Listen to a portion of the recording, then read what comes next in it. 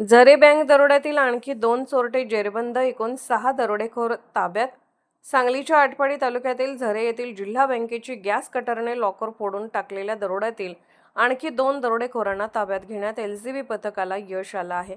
असलम उर्फ टनटन मिठोरी खान, वय वर्ष 63, राहणार ककलारा, तालुका दातागंज, जिल्हा बिदाई, उत्तर प्रदेश व शकील अकबर कुरेशी, वय वर्ष 54, इस्लामनगर, तालुका पटियाला, जिल्हा काशगंज, उत्तर प्रदेश या दोघांना ताब्यात घेण्यात आलाय. 7 जानेवारी ते 8 जानेवारी रात्रीच्या वेळेस जिल्हा बँकेची मागील खिडकीची काच फोडून खिडकीचे गज कापून बँकेमधील 22 लॉकर गॅस कटरने कापून लॉकरमधील सोन्या चांदीचे दागिने, रोख रक्कम असा एकूण 3,25,54,000 रुपयांचा मुद्देमाल लंपास केला होता. या दरोड्यातील आरोपीपैकी 4 दरोडेखोरांना यापूर्वी ताब्यात घेण्यात आलं होतं.